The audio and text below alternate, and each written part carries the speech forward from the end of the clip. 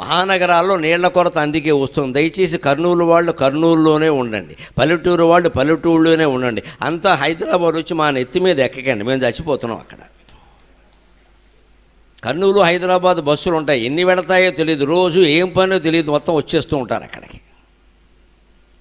ఎందుకంటే మా అబ్బాయి ఎక్కడ, మా అమ్మాయి ఎక్కడ, నువ్వు అక్కడవే ఎక్కడ, ఎందుకో తెలియదు ఇక్కడ.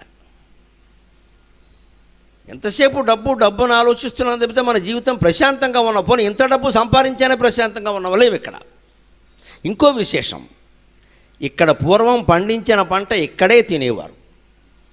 ధాన్యాలకి మన రైతులు పెట్టిన పేర్లు ఏమిటో తెలుసునండి, మా చిన్నతనంలో విని ఆశ్చర్యపోయేవాళ్ళం.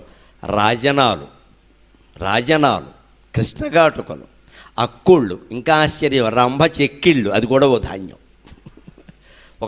అక్కుళ్ళు ఒక ధాన్యం, రంభ చెక్కిళ్ళు, అది చూస్తే రంభ చెక్కిళ్ళు చూసినట్టే ఉండేది, స్వర్గానికి వెళ్ళక్కర్లేదు. ఆ పేరు రాజనాలు, అక్కుళ్ళు, కృష్ణగాటుకలు.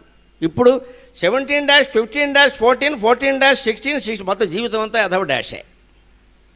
అదేమిటో వీడికే తెలియదు, దానికి ఒక తెలుగు పేరు లేదు.